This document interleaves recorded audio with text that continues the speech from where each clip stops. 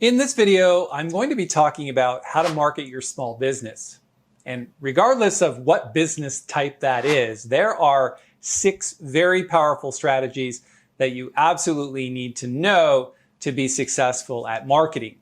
Now, my name is Paul Tobey from Training Business Pros, and I've been training people on how to launch, grow, and market their small businesses for more than 15 years. And in that time, I've learned a lot about what it takes to be successful in business. I have my own business that I run that is quite successful.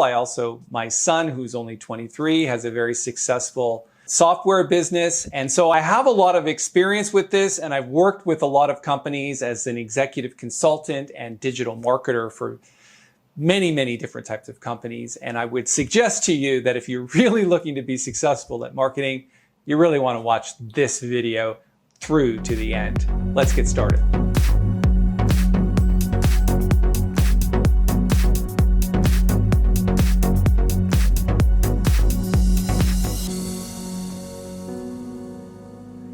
Okay, so there are 6 really powerful strategies that you need to start marketing your business successfully.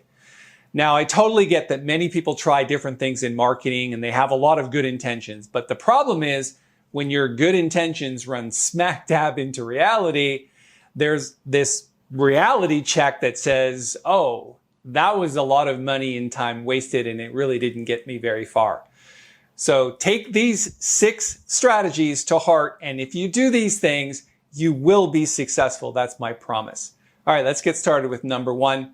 You absolutely need to know who is your target market and what do they want. So a lot of businesses start with the premise that they think, okay, I'm going to start a restaurant and I'm going to make amazing food and it's going to be awesome because I've always wanted to do this and it's my passion. And then they try to get people into their restaurant and they try to do many, many different things. And then maybe COVID hits and your restaurant's not even open. In fact, I knew one guy that lost $850,000 on a restaurant that launched 2 months before COVID started, and they lost everything. So yeah, I mean, timing is everything, but when you talk about marketing, you absolutely need to know who's my audience and what do they want? Not what do we want to sell them, what do they actually want?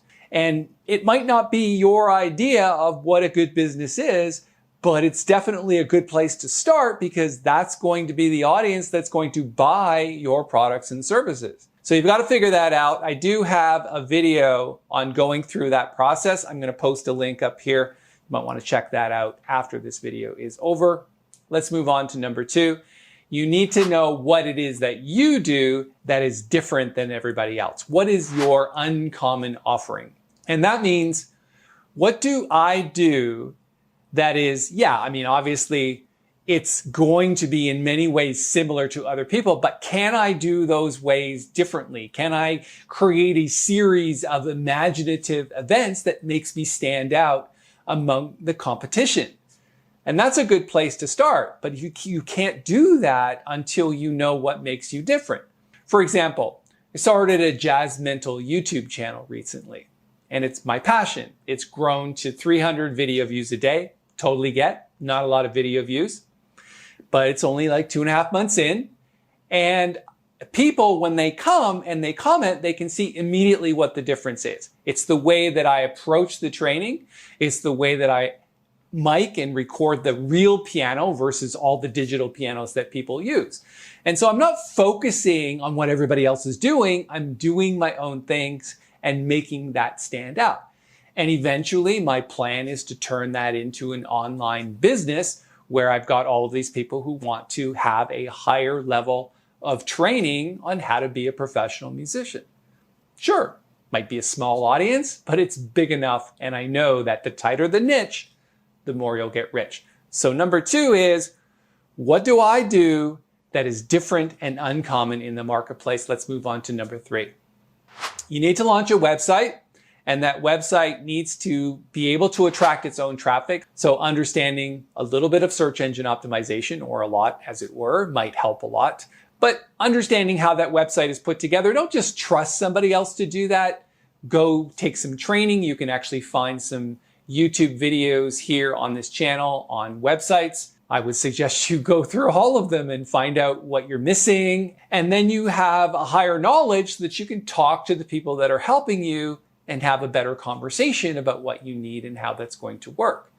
But you need a website because that's the landing zone that all of your social media traffic is going to go to, all your offline traffic is going to go to. It's all on your business card and on your letterhead and everything else that you do. It's kind of like the landing zone that people are going to go to find out more about you and your products and services. So if you don't know anything about websites, again, watch some videos on this channel and learn about marketing so that you can do a good job with the people that you hire, or potentially even learn how to do it on your own. All right, let's move on to number 4. The most important thing about that website is to start building a mailing list. So a mailing list is a digital list in your database of subscribers that are not necessarily ready to buy yet, but it's a list that you can stay in front of for potentially years. It's amazing how big my list has grown over the years, tens of thousands of people, and it's always been profitable because as you innovate and automate your products and services, you have a mailing list that you can tell. And if you grow that list to any significant amount, people will eventually buy something. Now, if they don't and they unsubscribe, that's okay. That wasn't your target market, but many of them will be. So you want to stay in front. Follow up, follow up, follow up. Get yourself a good CRM, like maybe Groundhog with 2 G's at the end for WordPress. You can find them at groundhog.io. But I've always known, and ever since day one in business back in 2004, it's like grow the list so that you have people to follow up with. Now, how do you actually grow that list? There is something called the 7-step client value optimizer system. Let me post a link up here to a video where you can learn more about that, because that is the whole concept of lead magnet to tripwire to core product to profit maximizer. And that's really going to help you, because if you just build a mailing list and it's sort of like a one-size-fits-all email broadcast list, that's not going to work nearly as well as segmenting that list into buckets and sending them information that actually matters to them. All right, let's move on to number 5. So this is where it comes to the whole sort of rubber hits the road kind of thing. Let's say you have your website in place, you know who your market is, you know what you do that is uncommon, and now you're going to start to talk about that online or even offline. Let's talk about online though, because that's the most important one. That's where the largest audience is, and that's where you should be spending most of your time digitally marketing. The internet's a powerful thing, but only if you know kind of what you're doing. So my suggestion, actually it's more than a suggestion, it is an imperative that you choose a specific social media channel and stick with that. Now, some people are able to do more than one, but it tends to kind of divide your focus and your time, and it's very difficult to build an audience on more than one channel. So my suggestion is you pick one and you focus on that one for an extended period of time. It does take time. You have to not only post, but you have to listen to the conversation. You have to give feedback on other people's material and comment on that. And of course, depending on the channel, there are rules that you need to follow. So whether it's Facebook, Twitter, Instagram, or even here on YouTube, there are certain things that you must do. So my suggestion is you learn how to do those things, but do it on one channel. If you do it on more than one channel, it's going to divide your focus and it's not going to work nearly as well. So maybe once you determine who your target market is, figure out where they're hanging out and then focus all your efforts on that channel. Okay, so the last one is probably the most important one. If you really want to successfully market your business, then you really need to do one thing, and that is deliver on your promises.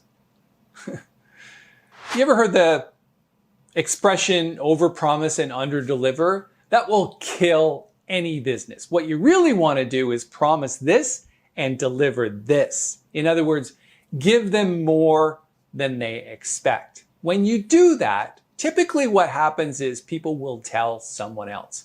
And if they tell someone else, that's called a referral, and that is worth a heck of a lot more than 20 tweets that nobody actually reads or pays any attention to.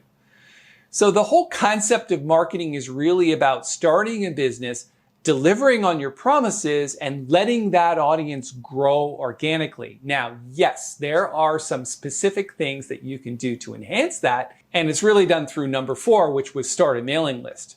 Everything new that you do, inform your audience so that your audience who's already experienced your products and services can start to tell other people. And it kind of grows from there. You eventually get to the point, and it doesn't take very long to do this, a couple of years, maybe 3, you'll get to the point where people are just telling other people, and there's really not a lot that you need to do to enhance that. They're just so happy with what you're doing and how you're helping them that they can't wait to tell somebody else about it. And that's when your business really starts to take off. It's called critical mass.